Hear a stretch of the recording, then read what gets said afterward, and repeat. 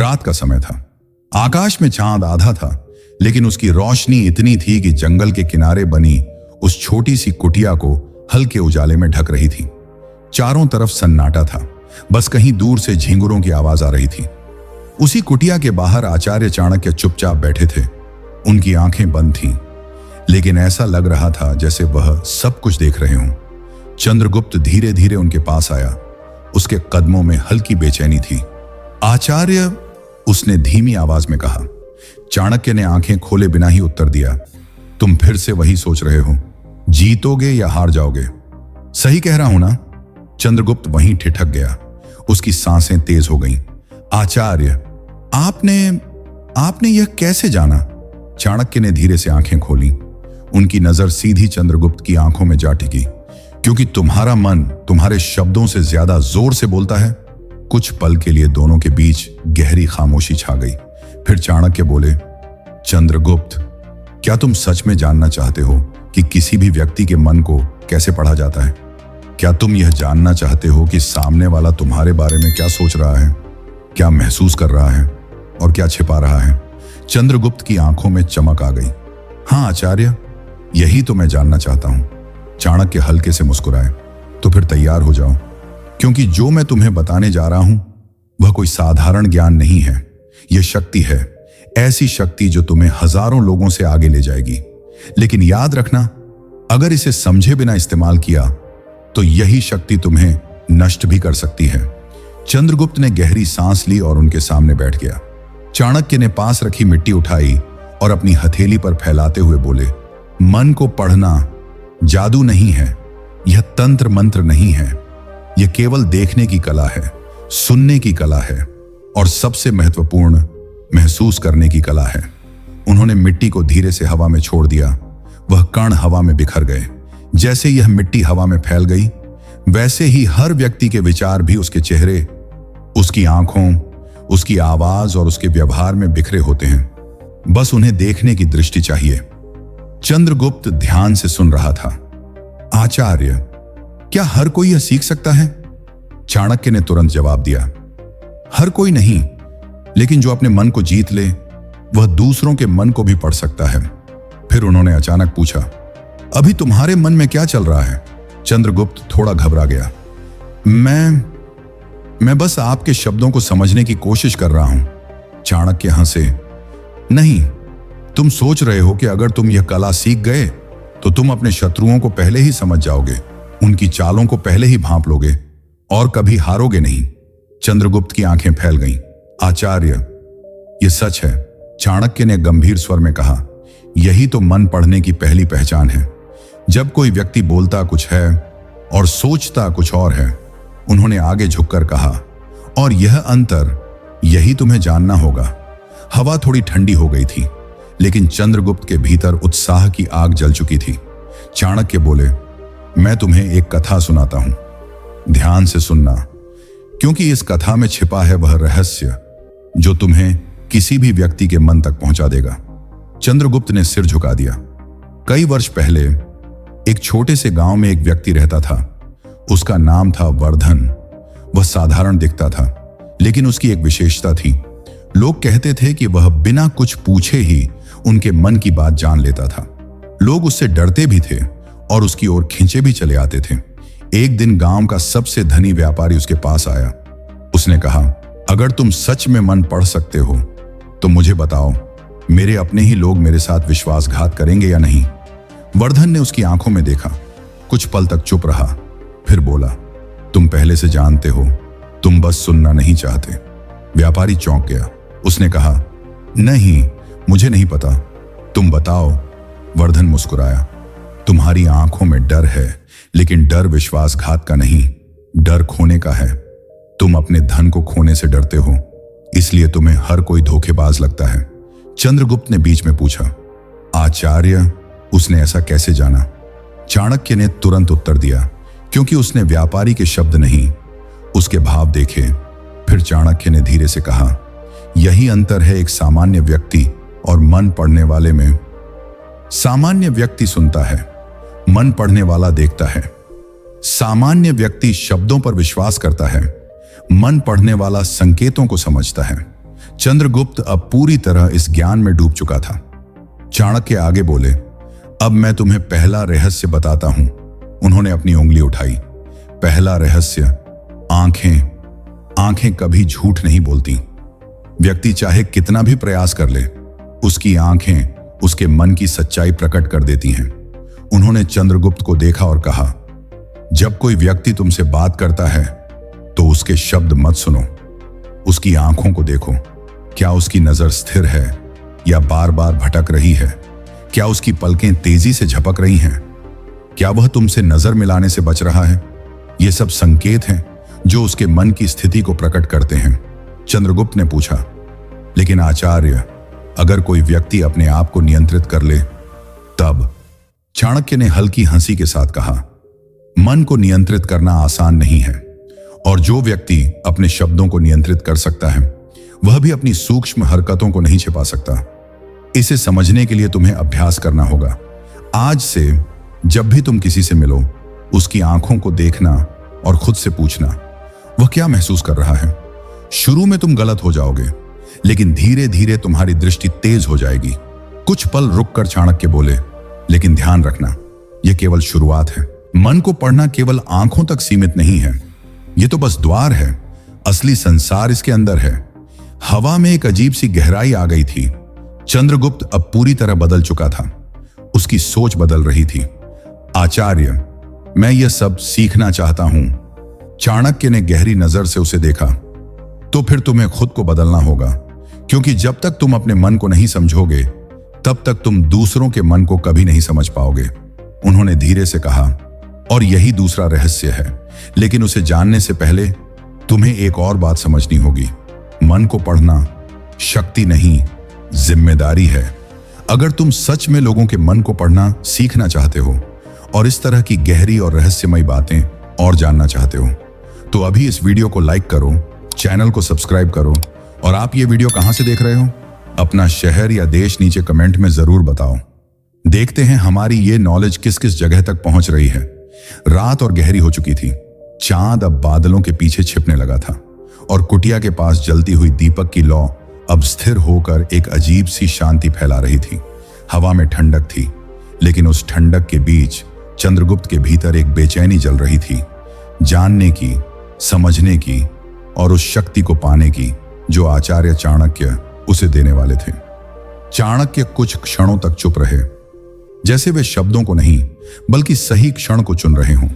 फिर उन्होंने धीरे से कहा, चंद्रगुप्त, तुमने पहला रहस्य समझा, आंखें। लेकिन अगर तुम यहीं रुक गए तो तुम केवल भ्रम में जियोगे।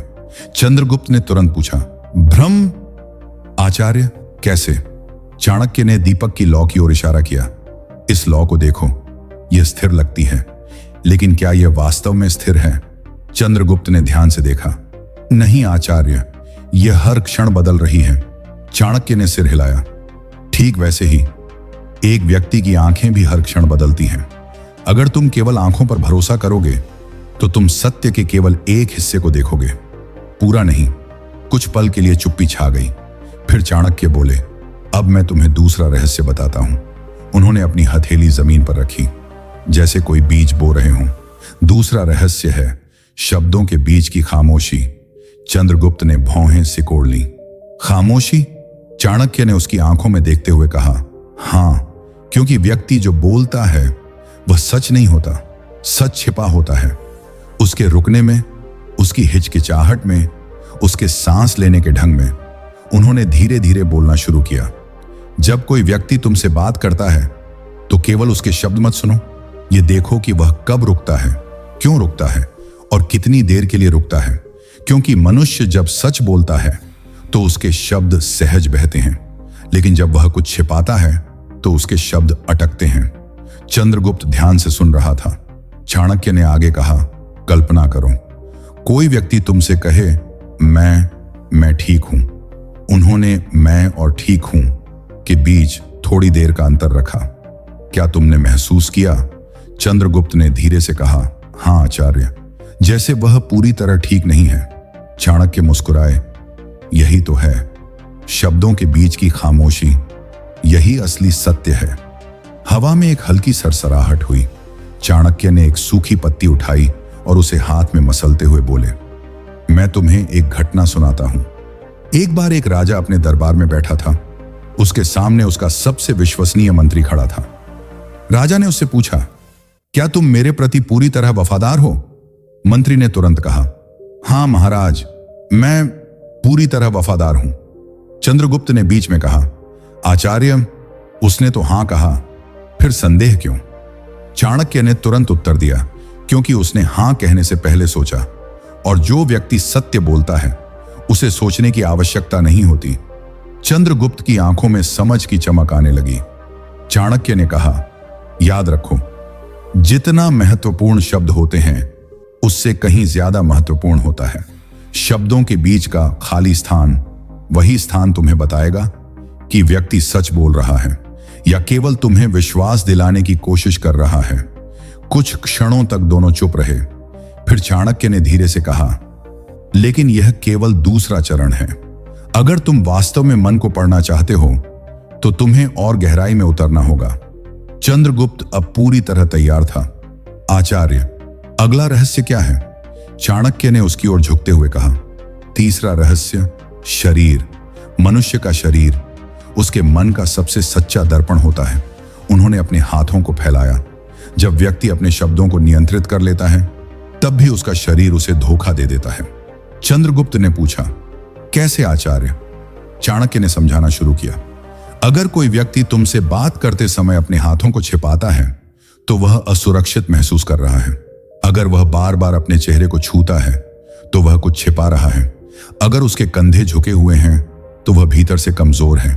और अगर वह बिना कारण मुस्कुरा रहा है तो वह अपनी असली भावना को ढक रहा है। चंद्रगुप्त ने गहरी सांस ली। आचार्य, तो क्या शरीर हमेशा सच बताता है? चाणक्य ने दृढ़ स्वर में कहा, हां, क्योंकि शरीर झूठ बोलना नहीं जानता। उन्होंने आगे कहा, मैं तुम्हें एक और कथा सुनाता हूं। एक बार एक चोर पकड़ा गया। उसे राजा के सामने लाया गया। उसने कहा, मैं निर्दोष हूं, मैंने कुछ नहीं किया। उसके शब्द आत्मविश्वास से भरे थे, लेकिन उसका शरीर कांप रहा था। उसके हाथ पसीने से भीगे थे और उसकी नजरें स्थिर नहीं थीं। राजा ने बिना किसी और प्रमाण के उसे दोषी ठहरा दिया। चंद्रगुप्त ने आश्चर्य से पूछा, सिर्फ उसके शरीर को देखकर? चाणक्य ने सिर हिलाया। हां, क्योंकि शब्दों को तैयार किया जा सकता है, लेकिन शरीर की भाषा स्वतः प्रकट होती है। कुछ पल के लिए सन्नाटा छा गया। फिर चाणक्य ने धीमे स्वर में कहा, अब तुम समझ रहे हो चंद्रगुप्त, मन को पढ़ना किसी जादू का परिणाम नहीं है। यह तो केवल देखने की गहराई है। जितना गहरा तुम देखोगे उतना स्पष्ट तुम समझोगे। चंद्रगुप्त ने सिर झुका दिया। आचार्य, यह सब तो मैं समझ रहा हूं, लेकिन क्या यह पर्याप्त है? चाणक्य ने उसकी आंखों में देखा। नहीं, क्योंकि अभी तक तुम केवल बाहर देख रहे हो। अब समय आ गया है भीतर देखने का। चंद्रगुप्त ने धीरे से पूछा, भीतर? चाणक्य ने कहा, चौथा रहस्य, तुम्हारा अपना मन। जब तक तुम्हारा मन अशांत है तब तक तुम दूसरों के मन को कभी नहीं समझ सकते। उन्होंने अपनी आंखें बंद कर ली। मन को पढ़ने के लिए पहले मन को शांत करना पड़ता है। कल्पना करो, एक झील है। अगर उसमें लहरें हों तो तुम उसमें कुछ भी साफ नहीं देख सकते, लेकिन जब वही झील शांत हो जाती है तो उसमें आकाश भी दिखता है। चंद्रगुप्त ने धीरे से कहा, तो मुझे अपने मन को शांत करना होगा।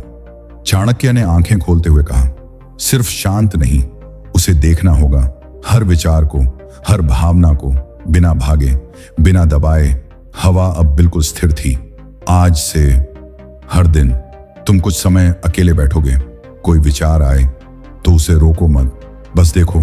धीरे धीरे तुम्हारा मन तुम्हारा मित्र बन जाएगा, और जब तुम्हारा मन तुम्हारा मित्र बन जाएगा तब तुम दूसरों के मन को भी समझ पाओगे। चंद्रगुप्त अब पहले जैसा नहीं रहा था। उसकी आंखों में अब केवल जिज्ञासा नहीं थी, बल्कि समझ की शुरुआत थी। चाणक्य ने अंतिम बार उस रात कहा, याद रखो चंद्रगुप्त, मन को पढ़ना दूसरों को समझने से पहले खुद को समझने की यात्रा है, और यह यात्रा अभी शुरू हुई है। दीपक की लौ हल्की सी डगमगाई और रात और भी गहरी हो गई। रात अब अपने सबसे शांत रूप में थी, जैसे पूरी प्रकृति किसी अदृश्य रहस्य को सुनने के लिए थम गई हो। कुटिया के बाहर वही दीपक अब भी जल रहा था, लेकिन उसकी लौ पहले से धीमी थी और उसी मंद रोशनी में चंद्रगुप्त का चेहरा बदलता हुआ दिखाई दे रहा था। अब वह केवल एक जिज्ञासु शिष्य नहीं था, बल्कि एक ऐसा व्यक्ति बन रहा था जो सत्य को देखने के लिए तैयार हो चुका था। चाणक्य कुछ क्षणों तक उसे देखते रहे, फिर धीमे स्वर में बोले, चंद्रगुप्त, तुम अब उस द्वार पर खड़े हो जहां से मन की असली यात्रा शुरू होती है। चंद्रगुप्त ने गहरी सांस ली। आचार्य, मैं तैयार हूं। चाणक्य ने अपनी उंगली से जमीन पर एक वृत्त बनाया। यह वृत्त देख रहे हो? हां आचार्य, यह है मन। बाहर से सरल दिखता है, लेकिन इसके भीतर परतें हैं और हर परत के पीछे एक और गहराई छिपी है। उन्होंने वृत्त के भीतर एक और छोटा वृत्त बनाया। जो व्यक्ति केवल बाहर देखता है वह पहली परत तक ही सीमित रहता है, लेकिन जो भीतर उतरता है वही सच्चाई तक पहुंचता है। चंद्रगुप्त ध्यान से देख रहा था। चाणक्य ने उसकी ओर देखा और कहा, अब मैं तुम्हें 5वां रहस्य बताता हूं। भावनाएं। हवा में एक हल्की ठंडक घुल गई। हर व्यक्ति अपने साथ एक अदृश्य ऊर्जा लेकर चलता है। यह ऊर्जा उसकी भावनाओं से बनती है। अगर कोई व्यक्ति भीतर से दुखी है तो वह चाहे जितना मुस्कुराए, उसकी ऊर्जा भारी होगी। अगर कोई व्यक्ति आत्मविश्वास से भरा है तो उसके पास खड़े होते ही तुम्हें एक अलग ही स्थिरता महसूस होगी। चंद्रगुप्त ने पूछा, आचार्य, यह ऊर्जा कैसे महसूस की जाती है? चाणक्य ने आंखें बंद की। महसूस करना सीखना पड़ता है। यह देखने से नहीं, सुनने से नहीं, बल्कि अनुभव करने से आता है। उन्होंने धीरे धीरे कहा, जब तुम किसी के पास बैठो तो केवल उसकी बातें मत सुनो, अपने भीतर झांको।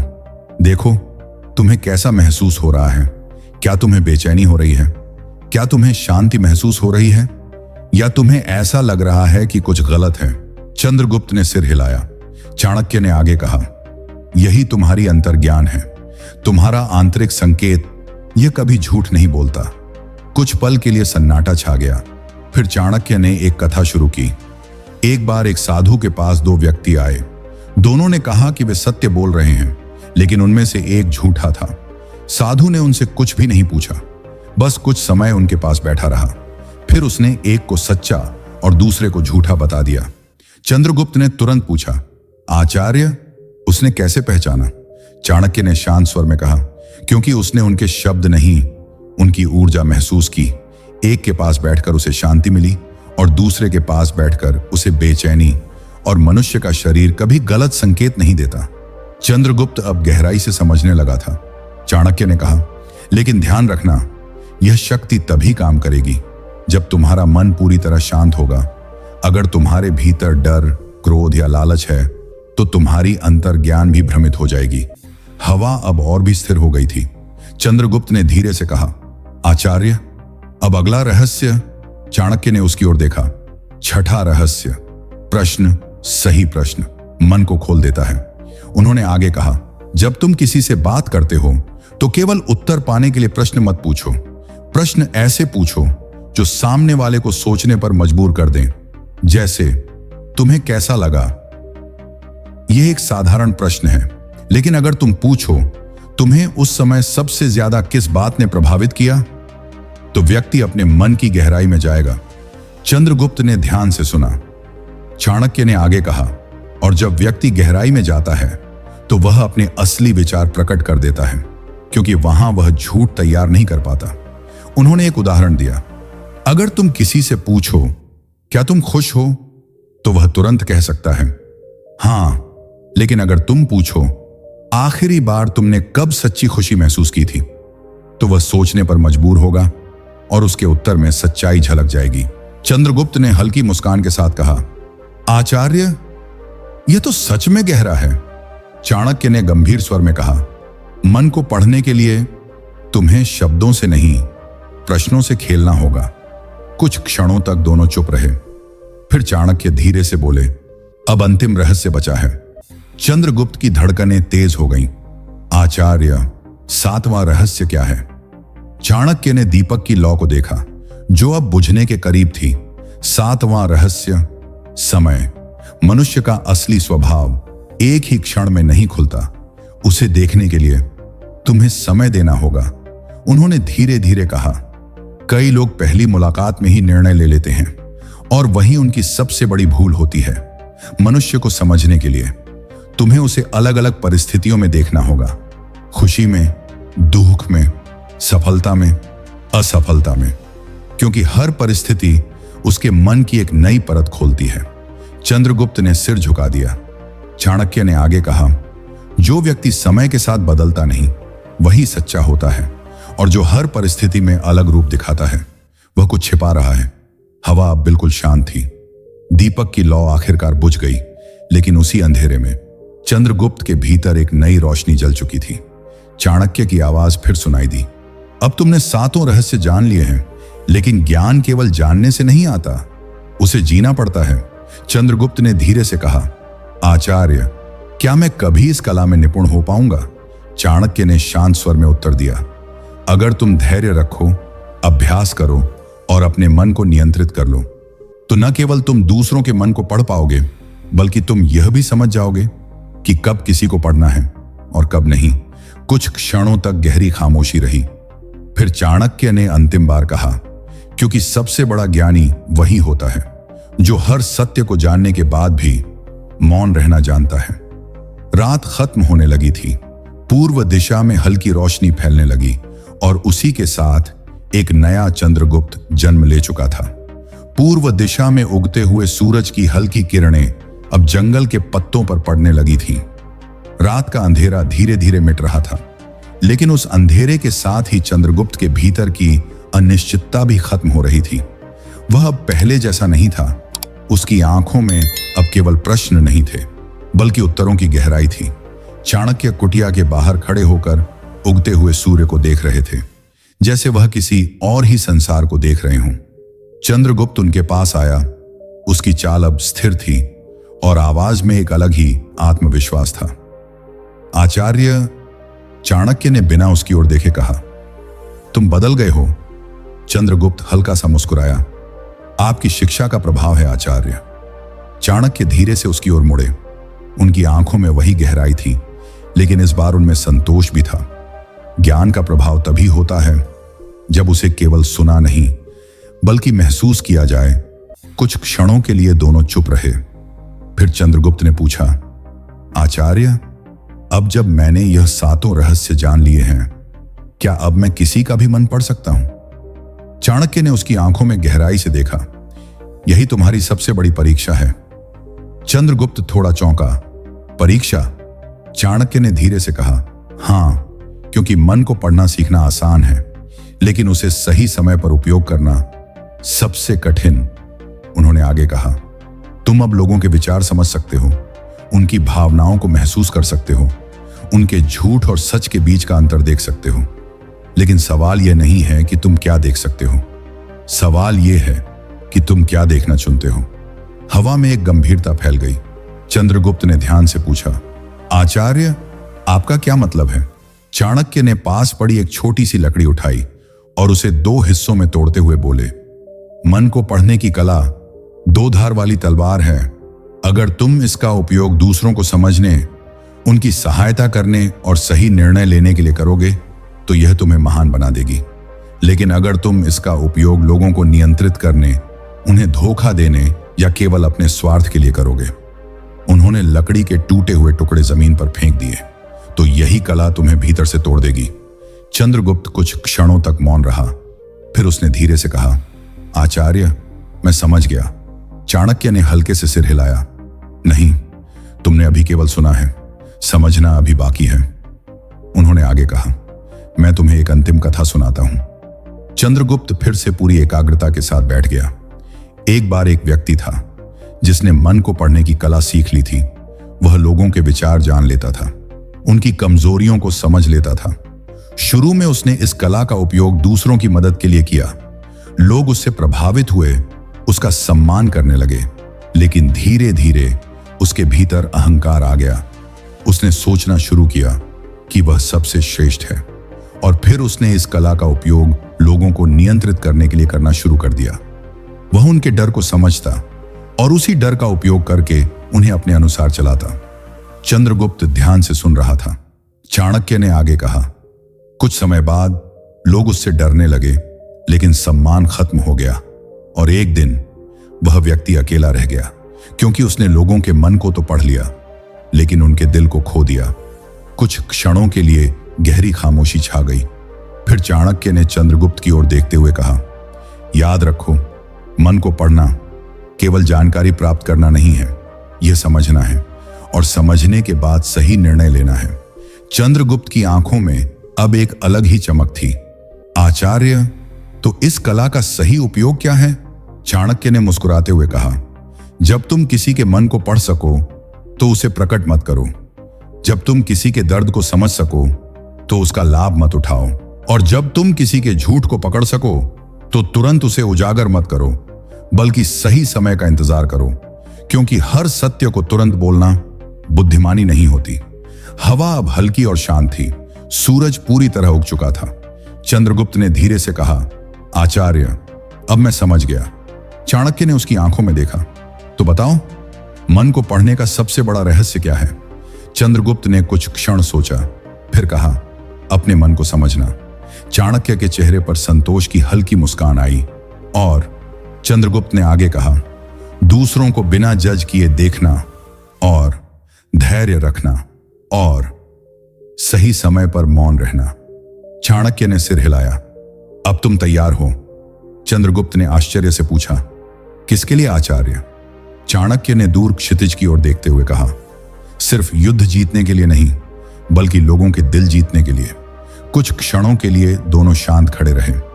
फिर चाणक्य ने अंतिम बार कहा, याद रखो चंद्रगुप्त, सबसे शक्तिशाली व्यक्ति वह नहीं होता जो दूसरों के मन को पढ़ सके। सबसे शक्तिशाली वह होता है जो अपने मन को नियंत्रित कर सके, क्योंकि जिसने अपने मन को जीत लिया वह पूरी दुनिया को समझ सकता है। हवा में अब एक नई शुरुआत की सुगंध थी। चंद्रगुप्त ने झुककर आचार्य को प्रणाम किया और उसी क्षण एक साधारण शिष्य एक असाधारण सम्राट बनने की ओर पहला सच्चा कदम बढ़ा चुका था। अगर इस वीडियो ने आपकी सोच में जरा सा भी बदलाव लाया है तो इसे हल्के में मत लेना।